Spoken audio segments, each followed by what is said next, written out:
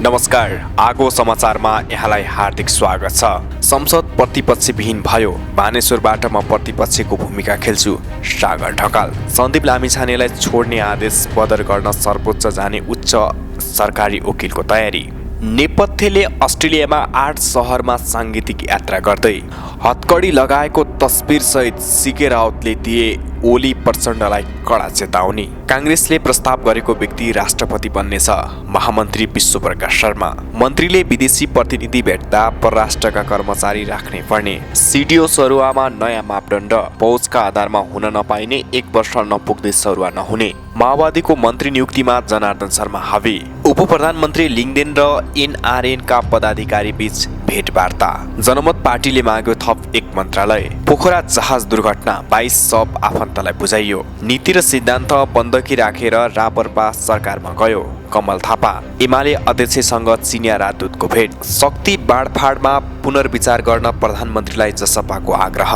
Crusher उद्योगबारे अध्ययन गर्दैछौ, छिट्टै निर्णय गर्छौ, उपप्रधानमन्त्री पौडेल। रेखा शर्मालाई सरकारको प्रवक्ताको जिम्मेवारी। राष्ट्रपति पद मेरो लागि होइन, डाक्टर सन्तु गुरुङ। काङ्ग्रेसबाट उपसभामुखमा ईश्वरी न्यौपानेले गरिन् उम्मेदवारी दर्ता। वर्षमान पुनको कलेजो प्रत्यारोपण गरिँदै ज्ञानेन्द्र साई रापरपाको प्रमुख सचेतक। सभामुखमा एमालेका देवराज घिमिरेको उम्मेदवारी दर्ता। भागवत गीताको नायकमा विपिन कार्की अनुबन्धित। हिमालय एयरलाइन्सद्वारा काठमाडौँ बेजिङ उडान सुरु। माइक्रोसफ्टले हजारौं कर्मचारीलाई कामबाट हटाउँदै। झलनाथ खनालको संयोजकत्वमा वैचारिक नीति निर्माण समिति गठन। ढुक्क भएर ऊर्जामा लगानी गर्न ऊर्जा मन्त्री राजेन्द्र लिङ्गदेनको आग्रह। प्रतिनिधि सभाको चुनावमा नेपाली काङ्ग्रेसका सभापति शेरबहादुर देउवासँग डडेलधुरामा पराजित भएका सागर ढकालले संसद प्रतिपक्षविहीन भएकोले आफूले बानेश्वरबाट प्रतिपक्षको भूमिका निर्वाह गर्ने बताएका छन्। बुधबार सामाजिक सञ्जालमा संसद भवन बानेश्वरलाई पृष्ठभूमिमा राखेर भिडियो सार्वजनिक गर्दै ढकालले मन्त्री परिषद विस्तार लगायतका विषयमा आफ्नो धारणा राखेका छन्। अहिले मन्त्री परिषदमा 90% सदस्यहरू पुराना भए पनि 10%बाट आफूले केही नयाँ काम हुने आशा रहेको बताएका छन्। रवि लामिछानेले शङ्काको सुविधा दिएको उल्लेख गर्दै उनले राजेन्द्र लिङ्गदेन ऊर्जा मन्त्री हुनु गलत भएको बताएका छन्। मैले बानेश्वरको संसद भवनभित्र आफ्नो कुरा राख्ने गरी मत पाइनँ, तर अहिले संसद प्रतिपक्षविहीन भयो, ढकालले भने। त्यही भएर अब संसद भवनलाई पृष्ठभूमिमा राखेर समसामयिक विषयमा आफ्ना कुराहरू राख्नेछु। उच्च सरकारी वकिलको कार्यालय पाटनले बलात्कारको अभियोग लागेका क्रिकेटर सन्दीप लामिछानेलाई थुनामुक्त गर्ने आदेश बदर गर्न माग गर्दै सर्वोच्च अदालत जाने तयारी गरेको छ। उच्च अदालत पाटनले गएको बिहिबार लामिछानेलाई थुनामुक्त गर्न आदेश दिएको थियो। उक्त आदेशले थुनामा राख्नै पर्ने पर्याप्त आधार नभएको भन्दै 20 लाख धरोटीमा छोडिदिएको थियो। उक्त आदेश कानुन र सर्वोच्चले गरेको व्याख्यासँग बाजिएको भन्दै सर्वोच्च जाने तयारी गरेको पाटन उच्च सरकारी वकिल स्रोतले जानकारी दियो। सन्दीप लामिछानेलाई छोड्ने उच्च अदालतको आदेश त्रुटिपूर्ण रहेको भन्दै सर्वोच्चमा जाने निवेदन हाल्ने भन्ने लगभग टुङ्गो लागेको छ। हामी तयारी गरिरहेका छौँ, स्रोतले भन्यो। लोकरक ब्यान्ड नेपथ्यले अस्ट्रेलियाको साङ्गीतिक यात्रा गर्ने भएको छ। यसअघि सन् 2019 को डिसेम्बरमा नेपथ्यले आफ्नो श्रृङ्खलाबद्ध प्रस्तुतिसहित अस्ट्रेलियाका 6 सहरको साङ्गीतिक यात्रा गरेको थियो। यसपटकको यात्रामा भने नेपथ्यले 8 सहरलाई आफूलाई प्रस्तुत गर्दैछ। मानवताका लागि सङ्गीत नामको साङ्गीतिक अभियान यात्रामा नेपथ्यले हालै मात्र 1 महिना लामो देशव्यापी यात्रा सफलतापूर्वक सम्पन्न गरेको थियो। त्यतिबेला मुलुकभर सडक आश्रितहरूको क्षेत्रमा सेवारत मानव सेवा आश्रम सङ्घको सहकार्यसहित 7 प्रदेशका 10 सहरमा कार्यक्रम प्रस्तुत गरिएका थिए। अपेक्षाकृत सफलतासहित सम्पन्न यात्राले सङ्गीतको माध्यमबाट मानवता प्रबोधन गर्न सफल भएको थियो। सोही यात्राको प्रतिक्रियाबाट प्रेरित भएर हामीले सन् 2023 भरि हाम्रा सबै प्रस्तुतिलाई मानवताका लागि सङ्गीतको नारासहित मानवता प्रबोधन अभियानको श्रृङ्खलाको रूपमा प्रस्तुत गर्ने विचार गरेका छौँ, नेपथ्यका अगुवा अमृत गुरुङले भन्छन्। जनमत पार्टीका अध्यक्ष तथा सांसद डाक्टर सीके राउतले शासक वर्गलाई पश्चगामी चरम नस्लवादीको झुन्डको संज्ञा दिएका छन्। उनले शासक वर्गले जसपा, लोसपा, जनमत, नागरिक उन्मुक्ति पार्टी सबैलाई पाखा लगाएको भन्दै गम्भीर आक्रोश पोखेका छन्। उनले शासक वर्गले अहिले मधेसी र थारूलाई राज्यबाट बहिष्करण गरेर हेपेको आरोप लगाएका छन्। उनले मधेसले शासक वर्गको उक्त कदमको प्रतिक्रिया गर्ने पनि चेतावनी दिएका छन्। उनले आफूहरूसँग सडक र आन्दोलनको विकल्प सधैँ खुल्ला नै रहेको उल्लेख गरेका छन्। मन्त्री परिषद विस्तार गर्दा प्रधानमन्त्री दाहाल र एमाले अध्यक्ष ओलीले यी साना दललाई वास्ता नगरेको र मन्त्रालय रोज्न लगाउँदा पनि बेवास्ता गरेको भन्दै जनमत पार्टी असन्तुष्ट छ। यही सन्दर्भमा राउतको भनाइ यस्तो छ। राउतले फेसबुकमा यस्तो लेख्छन्, कुरा केवल जनमत पार्टीको मात्र होइन, जसपा, लोसपा, जनमत, नाउपा सबैलाई पाखा लगाउँदै शासक वर्गले बुलडोज गरेको हो। पक्षगामी चरम नक्सलवादीहरूको नेपाली काङ्ग्रेसका महामन्त्री विश्वप्रकाश शर्माले काङ्ग्रेसले प्रस्ताव गरेको व्यक्ति राष्ट्रपति बन्ने बताएका छन्। बुधबार सङ्घीय संसद भवन नयाँ मानेश्वरमा पत्रकारसँग कुरा गर्दै उनले भने, राष्ट्रपति नेपाली काङ्ग्रेसले प्रस्ताव गरे बमोजिमको व्यक्ति बन्नुहुनेछ। प्रचण्डले सकारात्मक जवाफ दिइसक्नु भएको हो भन्ने पत्रकारको जिज्ञासामा महामन्त्री शर्माले अहिलेलाई यति मात्र कुरा गरौँ, यसमा धेरै टिप्पणी गर्नु उचित हुँदैन। अहिले हामी सभामुखको चरणमा छौँ। सभामुखको चरण सकेपछि जब राष्ट्रपतिको समय आउँछ, मन्त्रीहरूले विदेशी राष्ट्रका प्रतिनिधि भेट्दा परराष्ट्र मन्त्रालयका कर्मचारी अनिवार्य रूपमा राख्नुपर्ने भएको छ। बुधबार बसेको मन्त्री परिषद बैठकले मन्त्रीहरूले विदेशी राष्ट्रका प्रतिनिधि भेट्दा परराष्ट्र मन्त्रालयका प्रतिनिधि अनिवार्य रूपमा राख्नुपर्ने निर्णय गरेको उपप्रधान तथा अर्थमन्त्री विष्णु पौडेलले जानकारी दिए। गृह मन्त्रालयले जारी गरेको प्रमुख जिल्ला अधिकारी सिडिओको सरुवा सम्बन्धी कार्यविधि अनुसार 90% भन्दा कम ल्याउने कर्मचारी सिडिओ हुन नपाउने भएका छन्। गृह मन्त्रालयको भागडोर राष्ट्रिय स्वतन्त्र पार्टी रासोपाका सभापति उपप्रधान तथा गृह मन्त्री रवि लामिछानेले सम्हालेपछि नयाँ कार्यविधि ल्याएका हुन्। सरकार अनुकूल नभए सिडिओलाई छोटो समयमा नै सरुवा गर्ने प्रवृत्तिलाई अन्त्य गर्न माघ 3 गते मन्त्री स्तरीय निर्णयले कार्य सम्पादन मूल्याङ्कनमा कम अङ्क भएका अधिकृतहरूले सिडिओ हुन नपाउने गरी कार्यविधि ल्याएका हुन्। प्रमुख जिल्ला अधिकारीको पद स्थापना वा सरुवा गर्ने कामकाज गर्न खटाउने वा सम्बन्धित कार्यविधि 2079 अनुसार कार्य सम्पादन सम्झौतामा 90% भन्दा कम ल्याएर अन्तिम 3मा रहेको 3 जना सिडिओलाई अर्को जिल्लाको जिम्मेवारी नदिने भनिएको छ। उपसचिव सिडिओ हुनका लागि आफ्नो पदमा न्यूनतम 5 वर्ष कार्य अनुभव भएको हुनुपर्नेछ। एउटा प्रदेशमा 1 वर्ष काम गरेकोलाई सोही प्रदेशमा पनि नखटाउने कार्यविधि बनाइएको छ। काठमाडौँ जिल्लाको सिडिओ भने ख र ग जिल्ला चलाइएकोहरूको मात्रै हुन पाउनेछन्। अधिकृतहरू गृह जिल्लामा पनि सिडिओ हुन नपाउने भएका छन्। गृह जिल्ला बाहेक अन्य मन्त्रालयबाट आएका सहसचिव वा उपसचिवहरूले गृह मन्त्रालयमा कम्तीमा 1 वर्ष कार्य अनुभव भएकाहरूले मात्रै सिडिओको जिम्मेवारी पाउनेछन्। माओवादीमा सङ्घदेखि प्रदेशसम्मको मन्त्री नियुक्तिमा जनार्दन शर्मा हावी भएका छन्। मन्त्री बनेर अवसर पाउनेमा अधिकांश शर्मा निकट नेताहरू परेका हुन्। एमाले सङ्घ भन्दा काङ्ग्रेससँगको गठबन्धनलाई निरन्तरता दिनुपर्ने पक्षमा रहेका शर्माले आफ्नो मान्यता भन्दा फरक गठबन्धन भन्दा पनि निकटस्थ अवसर दिलाउन सफल भएका हुन्। माओवादीमा अध्यक्ष पुष्पकमल दाहाल प्रचण्डपछि दोस्रो तहका नेताहरूमा वर्षमान पुण्ड शर्मा खेमाबीच तीव्र प्रतिस्पर्धा छ।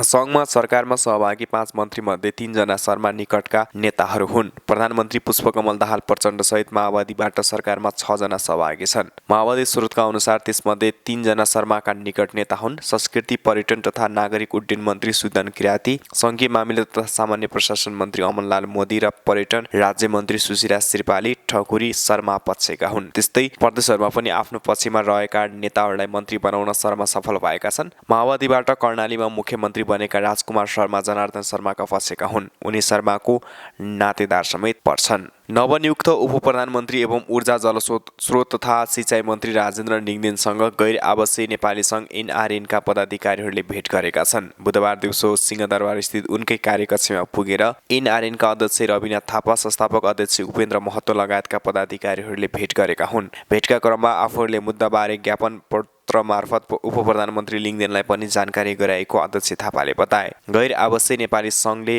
नेपालमा लगानी भित्राउन आफूहरू तयार रहे पनि त्यसको सुरक्षाको प्रत्याभूति हुन नसकेको गुनासो सरकारसँग गर्दै आएको छ। आफूहरूले सरकारबारे सम्बन्धित मन्त्रालयको ध्यानाकर्षण गराउन नवनियुक्त मन्त्रीहरूसँग भेटवार्ता पनि सुरु गरेको एनआरएनले जनाएको छ। सीके राउत नेतृत्वको जनमत पार्टीले सरकारसँग थप अर्को मन्त्रालय माग गरेको छ। जनमत पार्टीका अध्यक्ष सीके राउतले प्रधानमन्त्री प्रचण्डसँग थप एउटा मन्त्रालयको प्रस्ताव राखेका हुन्। सोही विषयमा छलफलका लागि अहिले सो पार्टीको उपाध्यक्ष समेत रहेका खानेपानी मन्त्री अब्दुल खान बलौटर गएका छन्। यसअघि सो पार्टीले खानेपानी मन्त्रालय अस्वीकार गरेको थियो। थप एउटा मन्त्रालय पाएमा खानेपानी सहित 2टा मन्त्रालय लिएर पार्टी सरकारमा सहभागी हुने प्रस्ताव मन्त्री खानले प्रधानमन्त्री प्रचण्ड समक्ष राखेका छन्। प्रधानमन्त्री प्रचण्डले जनमत पार्टीलाई खानेपानी मन्त्रालयको सट्टा वन मन्त्रालय दिन चाहेका थिए, तर उक्त पार्टीले वन मन्त्रालय र खानेपानी मन्त्रालयको माग गर्दै आएको छ। सो पार्टीले एउटा मात्र मन्त्रालय दिएमा उद्योग वाणिज्य मन्त्रालय अथवा त्यस्तै कुनै अर्को मन्त्रालय दिनुपर्ने माग राखेको छ भने 2टा दिने भए खानेपानी र वन मन्त्रालयको माग गर्दै आएको हो। सोही प्रस्ताव लिएर जनमत पार्टीको उपाध्यक्ष वन मन्त्री खान बालोटर पुगेका हुन्। मन्त्रालयको भागभण्डा मिलेमा सरकारमा सहभागी हुने नभए समर्थन फिर्ता लिने अवस्थामा जनमत पार्टी पुगेको छ। उक्त पार्टीले आजै केन्द्रीय समितिको बैठक पनि बोलाएको छ। पोखरामा भएको यति एयरलाइन्सको 9 NNC ATR 72-500 विमान दुर्घटनामा परे मध्ये 22 जनाको शव उनीहरूका परिवारजनलाई बुझाइएको छ। पोखरामा परीक्षण गरेका सबै आफन्तले बुझेका छन्। कास्कीका सहायक प्रमुख जिल्ला अधिकारी अनिल कुमार शाहीले जानकारी दिए। उनका अनुसार मङ्गलबार भेटिएको शव पनि परीक्षणका लागि काठमाडौँ पठाउने तयारी भइरहेको छ। दुर्घटनामा परेका एकजनाको स्थिति अझै अज्ञात छ। यसअघि मङ्गलबार नै 48 शवलाई काठमाडौँ स्थित शिक्षण अस्पताल पुर्याएको थियो। पहिचान र शनाखत हुन नसकेका विदेशी नागरिक र चालक दलका सदस्यको शव काठमाडौँमा परीक्षण हुनेछ। शव छेदविच्छेद भएका कारण पहिचानका लागि DNA परीक्षण गर्नुपर्ने आफन्तले शव पाउन अझै केही दिन लाग्ने देखिएको छ। रापरपा नेपालका अध्यक्ष कमल थापाले पार्टीलाई मुलुकको बलियो राष्ट्रवादी प्रजातान्त्रिक शक्ति निर्माण गर्ने अभियान जारी रहेको बताएका छन्। आज हेटौडामा आयोजित अगुवा कार्यकर्ता भेलामा बोल्दै थापाले म्याराथन दौडमा कुदेको खेलाडीको नतिजा अन्तिममा आउने भन्दै आत्मसमर्पण र विलयको कुनै सम्भावना नरहेको स्पष्ट पारे। स्वाभिमानपूर्वक पार्टी उठाउँछौँ थापाले भने। निर्वाचनमा ठूलो अपेक्षा थिएन तर पनि सोचे अनुसार परिणाम नआएको विषयलाई गम्भीरताका साथ लिएका छौँ। रापरपा नेपालको औचित्य र महत्त्व अझै बढेर चर्चा गर्दै थापाले हामीलाई सरकारमा गएर गल्ती गर्यो, गणतन्त्रको सरकारमा गयो, धर्म बेची भन्नेहरू आज कता छन् भनी प्रश्न गरे। हामीले आदर्श र सिद्धान्तलाई सत्तासँग साटेको छैन। योजनाबद्ध षड्यन्त्रपूर्वक चरित्र हत्या गरेको विषय आगामी दिनमा स्पष्ट हुन्छ र भ्रम निवारण हुने समेत उनले विश्वास व्यक्त गरे। नेकपा एमालेका अध्यक्ष केपी शर्मा ओलीसँग नेपालका लागि चिनिया राजदूत चेङ सोङले भेटवार्ता गरेका छन्। ओली निवास बालकोटमा भएको भेटमा द्विपक्षीय हितका लागि विषयमा कुराकानी भएको ओलीको सचिवालयले जनाएको छ। गत महिना मात्र नेपाल आएका उनले सरकारका उच्च पदस्थ अधिकारीहरूसँग भेटवार्ता गर्दै आएका छन्। जनता समाजवादी पार्टी जसपाले शक्ति बाँडफाँडमा पुनर्विचार गर्न प्रधानमन्त्रीलाई आग्रह गरेको छ। जसपा संसदीय दलको बुधबार बसेको बैठकले अहिलेको प्रस्तावमा असहमति जनाएको छ र यस्ता स्थितिमा सरकारमा नजाने निर्णय गरेको छ। सत्तारूढ दलका शीर्ष नेताहरूले जसपालाई 2 मन्त्रालय लिएर सरकारमा सहभागी हुन आग्रह गरेका थिए।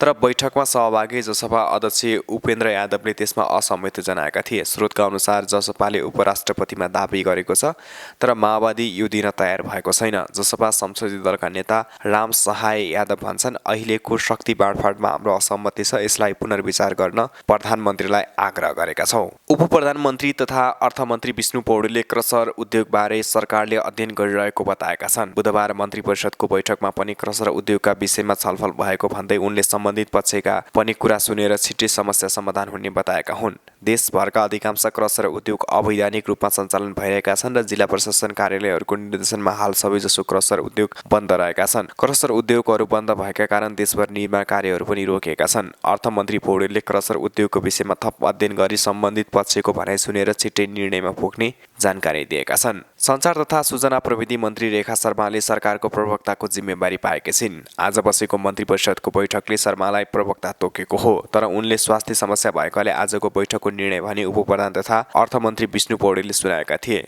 सञ्चार मन्त्रीले नै सरकारको प्रवक्ता हुने प्रचलन छ। मन्त्री शर्मा हिजो मङ्गलबार मात्र मन्त्री नियुक्ति भएकी थिइन्। डाक्टर सन्दुक रुइतले राष्ट्रपति पद आफ्नो लागि नभएको बताएका छन्। मङ्गलबार मात्र बहराइनको प्रतिष्ठित ईसा अवार्ड पाएका रुइतले बुधबार सञ्चारकर्मीसँग संवाद गरेका थिए। त्यसक्रममा उनलाई राष्ट्रपति बनाउनुपर्छ भनेर सर्वसाधारणले दिएको प्रतिक्रियाबारे समेत प्रश्न आएको थियो। प्रश्न सुन्नसाथ उनी हाँसे। जवाफमा डाक्टर रुइतले लोकतन्त्रमा राष्ट्रपतिको विश्वसनीयता महत्त्वपूर्ण हुने बताए। अहिले त्यसको कमी रहेको र यसलाई विश्वसनीय बनाउन सबैले काम गर्नुपर्ने बताए। उनले अघि भने, यो मेरो लागि होइन, मेरो आफ्नो सीमा र स्थान राम्रोसँग बुझेको छु, यही कारण म अगाडि आएको हो। मैले सक्ने जति गर्ने हो गरे, सक्ने भन्दा अरू काम गर्दिन। आफूलाई यो काम राष्ट्रपति भन्दा आफूले गर्न सक्ने काम धेरै रहेको डाक्टर रुइतले बताए। नेपाली काङ्ग्रेसबाट सभामुखमा ईश्वरी न्यौपानेले मनोनयन दर्ता गराएकी छिन्। बुधबार सँगै संसद सचिवालयमा उनले सभामुखमा मनोनयन दर्ता गराएकी हुन्। उनले उम्मेदवारीको प्रस्ताव पक्वा काङ्ग्रेसका महामन्त्री विश्वप्रकाश शर्मा र समर्थक एकीकृत समाजवादीका नेता प्रकाश ज्वाला रहेका छन्। यसअघि काङ्ग्रेस एकीकृत समाजवादी र लोसपाका शीर्ष नेताको बैठक काङ्ग्रेस संसदीय दलको कार्यालयमा बसी न्यौपानेलाई सभामुखमा उम्मेद्वार बनाउने निर्णय गरेको थियो। यता सभामुखमा नेकपा एमालेका सांसद देवराज घिमिरेले मनोनयन दर्ता गराइसकेका छन्। नेकपा माओवादी केन्द्रका उपमहासचिव वर्षमान पुनको कलेजो प्रत्यारोपण गरिने भएको छ। स्वास्थ्य समस्या देखिएपछि पुनलाई गत शनिबार रोल्पाबाट हेलिकप्टर सेन्टरबाट ल्याई सुमेरु सिटी अस्पतालमा भर्ना गरेको थियो। लामो समयदेखि पुनको उपचारमा संलग्न पेट रोग विशेषज्ञ प्राध्यापक डाक्टर युवराज शर्माका अनुसार पुनको कलेजो 80% भन्दा बढी भाग बिग्रिसकेको छ, त्यसैले कलेजो प्रत्यारोपण गर्नुपर्छ। अहिले उहाँको कलेजोमा समस्या देखिएको छ, जसले गर्दा पित्तको मात्रा बढ्नेछ। डाक्टर शर्माले भने अबको थप उपचार कलेजो प्रत्यारोपणमै जानुपर्ने हुन्छ। डाक्टर शर्माका अनुसार पुनको 2 महिनादेखि पेटमा पानी जम्ने समस्या देखिएको छ। सुमेरु सिटी अस्पतालमा ल्याइएपछि पुनको पेटबाट 2.5 लिटर पानी निकालिएको थियो। 80% कलेजोले काम गर्न अल्छीपन ल्याएको अवस्थामा पेटमा पानी देखा पर्छ। शर्माले भने केही हप्ता वा महिनामा कलेजो प्रत्यारोपण गर्नुपर्ने देखिन्छ। राष्ट्रिय प्रजातन्त्र पार्टी रापरपाले ज्ञानेन्द्र साईलाई प्रतिनिधि सभाले प्रमुख सचेतक बनाएको छ। रापरपा संसदीय दलका नेता राजेन्द्र लिङ्गदेनले संसदीय दलको विधान बमोजिम साईलाई प्रमुख सचेतक नियुक्त गरेको प्रवक्ता मोहन श्रेष्ठले जानकारी दिए। साई जुम्लाबाट प्रतिनिधि सभा सदस्यमा निर्वाचित भएका थिए। सभामुखमा नेकपा एमालेका सांसद देवराज घिमिरेले मनोनयन दर्ता गराएका छन्। बुधबार संघीय संसद सचिवालयमा उनले सभामुखमा मनोनयन दर्ता गराएका हुन्। उनको उम्मेदवारीको प्रस्तावकमा एमालेका नेता सुभाष चन्द्र नेवाङ र समर्थकमा हितराज पाण्डे, रवि लामिछाने र राजेन्द्र लिङ्गदेन रहेका छन्। विक्रमसम्म 2013 सालमा ताप्लेजुङमा जन्मिएका घिमिरे 2056 देखि 2060 सालसम्म राष्ट्रिय सभा सांसद थिए। उनी प्रतिनिधि सभा सदस्यमा झापा क्षेत्र नम्बर 2बाट निर्वाचित भएका हुन्। विद्यार्थी सङ्गठनबाट राजनीति सुरु गरेका उनी 2039 सालमा एमालेको केन्द्रीय सदस्य भएका थिए। घिमिरेले एमालेको स्वास्थ्य विभागको अध्यक्ष भएर काम गरेका थिए। हाल उनी एमालेको स्थायी समिति सदस्य छन्। झरना थापाको आगामी फिल्म भागवत गीताको नायकमा विपिन कार्की अनुबन्धित भएका छन्। बुधबार निर्माण कम्पनी र अभिनेता कार्की बीच लिखित सम्झौता भएको छ। फिल्ममा सुहाना थापा र धीरज मगरसहित विपिन कार्की प्रमुख पात्रको रूपमा देखिँदैछन्। माघ 20 गतेदेखि छायाङ्कन सुरु हुने फिल्ममा विपिनले नायकी भूमिकामा अभिनय गर्ने निर्माता सुनिल कुमार थापाले जानकारी दिए। यो सँगै फिल्ममा प्रमुख कलाकारको समीकरण पूरा भएको छ। जनकपुर र मनाङ आसपासमा छायाङ्कन हुने फिल्ममा स्थानीय कलाकार पनि सहभागी हुनेछन्। सुहाना इन्टरटेनमेन्टको ब्यानरमा निर्माण हुन लागेको फिल्मलाई आगामी वैशाख 1 गते रिलिज गर्ने योजना समेत रहेको निर्माता थापाले जानकारी दिए। अहिलेसम्म उक्त मितिमै आउने योजना छ। निर्माता थापाले भने सुटिङ हुँदै गर्दाको परिस्थितिमा रिलिज डेट निर्भर हुन्छ। फिल्मलाई अभिनेत्री सुहाना थापा सिइओ रहेको त्रिनेत्रम डिस्ट्रिब्युसनले उपत्यका बाहिर र काव्या फिल्म्सले काठमाडौँभित्र वितरण गर्ने। हिमालय एयरलाइन्सले काठमाडौँ बेजिङ काठमाडौँ पुनः सुरु गरेको छ।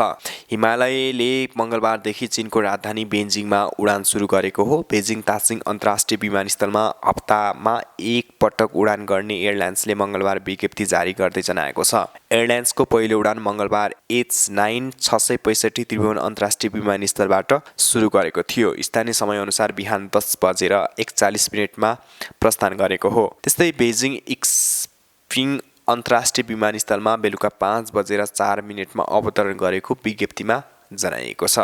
माइक्रोसफ्टले आफ्ना हजारौं कर्मचारीलाई जागिरबाट निकाल्ने भएको छ। स्काई न्युजलाई उद्धृत गर्दै बेलायती समाचार संस्था रोइटर्सले लेखेको छ, हजारौं भूमिकाहरू कटौती गरिनेछ। सफ्टवेयर सम्बन्धी विशाल कम्पनीले लगभग 5% जनशक्ति अर्थात् करिब 11,000 भूमिकाहरू कटौती गर्न खोजिरहेको छ। मानव संसाधन र इन्जिनियरिङ विभागका हजारौंको संख्यामा रोजगारी कटौती हुने भनाई बुधबार सार्वजनिक गरिएको हो। अमेरिकी प्रविधि क्षेत्रमा रोजगारीको यो पछिल्लो कटौती हुनेछ। Amazon.com, O+S लगायत कम्पनीले पनि सुस्त माग र बिग्रदो विश्वव्यापी आर्थिक दृष्टिकोणको प्रतिक्रिया स्वरूप कटौतीको अभ्यास घोषणा गरेका हुन्। नेकपा एकीकृत समाजवादीका सम्मानित नेता एवं पूर्व प्रधानमन्त्री झलनाथ खनालको संयोजकत्वमा पार्टीको वैचारिक नीति निर्माण समिति गठन गरेको छ। यो समितिले पार्टी निर्माणको मूल दिशाको बारेमा दस्तावेज मसौदा तयार गर्ने। उक्त समितिको सदस्यमा महासचिव बेदुराम भुषाल, उपमहासचिवहरू जगन्नाथ खतिवडा, गङ्गालाल तुरादर, प्रकाश ज्वाला र विजय पौडेल रहेका छन्। यसैगरी समितिमा राजेन्द्र राई, रामकुमारी झाँक्री, सावित्रा भुषाल र गणेश विक छन्। समितिले निर्माण गर्ने पार्टीको सिद्धान्त, आर्थिक, राजनीतिक, सामाजिक, सांस्कृतिक मूलनीति कार्यक्रम निर्माण गरेपछि त्यसलाई पार्टीको केन्द्रीय बैठकले पारित गरी कार्यान्वयन गर्नेछ। पार्टीको दस्तावेज मसौदा समितिले पार्टी केन्द्रीय कार्यालयमा आज आयोजना गरेको कार्यक्रममा पार्टी जनसङ्गठनका अध्यक्ष र महासचिवहरू, विभिन्न विभागका प्रमुख, उपप्रमुख र सचिव, विभिन्न फाँटका इन्चार्जको संयुक्त छलफलबाट नेता खनालको संयोजकत्वमा समिति गठन गरिएको हो। अध्यक्ष खनालले कम्युनिस्ट आन्दोलनलाई नयाँ सिराबाट अगाडि बढाउन आफ्नो पार्टीले प्रष्ट वैचारिक नीति अवलम्बन गर्ने बताउँदै तत्काल नेकपा एमालेसँग एकता सम्भव नरहेको बताए। 5 जना सदस्यबाट निर्माण भएको कम्युनिस्ट पार्टी लामो मेहनत र सङ्घर्षले अहिले यहाँसम्म आइपुगेको बताउँदै उनले भने विद्रोहको औषधि पुष्टि नभइकन उनीहरूसँग अहिले एकताको मोर्चा बनाउने अवस्था छैन। पूर्व प्रधानमन्त्री चुनावमा प्रत्यक्षतर्फ चौथो भएको पार्टी केही प्राविधिक कारणले राष्ट्रिय मान्यता पाउन नसकेको भए पनि कार्यकर्ता आत्तिनुपर्ने तथा निराश हुनुपर्ने अवस्था नरहेको प्रष्ट पारे। नवनियुक्त उप प्रधानमन्त्री एवं ऊर्जा जलस्रोत तथा सिँचाइ मन्त्री राजेन्द्र लिङ्गदेनले ऊर्जा क्षेत्रमा ढुक्क भएर लगानी गर्न गैर आवासीय नेपाली सङ्घ एनआरएनलाई र स्वतन्त्र ऊर्जा उत्पादक सङ्घसँग आग्रह गरेका छन्। बुधबार यी दुवै संस्थासँग प्रतिनिधिसँग छुट्टा छुट्टै भएको भेटमा उनले मुलुकमा ऊर्जाका क्षेत्रमा ढुक्क भएर लगानी गर्ने र आयोजनामा पनि समयमै सम्पन्न गर्न आग्रह गरेका हुन्। मन्त्री लिङ्गदेनले आयोजना समयमै सम्पन्न गरी त्यसलाई ऊर्जाका क्षेत्रमा आत्मनिर्भर बनाउने लक्ष्यका साथ योगदान पुर्याउन पनि दुवै संस्थाका प्रतिनिधिसँग आग्रह गरेका थिए। उप प्रधानमन्त्री एवं ऊर्जा जलस्रोत तथा सिँचाइ मन्त्री लिङ्गदेन र राज्य मन्त्री दीपक बहादुर सिंहलाई बधाई तथा शुभकामना दिन बुधबार सो मन्त्रालयमा पुगेका दुई छुट्टा छुट्टै प्रतिनिधि मण्डलसँग मन्त्री लिङ्गदेनले ऊर्जा क्षेत्रमा चुनौती, विकास र सम्भावनाका विविध विषयमा पनि छलफल गरेका राष्ट्रिय प्रजातन्त्र पार्टीका प्रवक्ता मोहन श्रेष्ठले जानकारी दिए।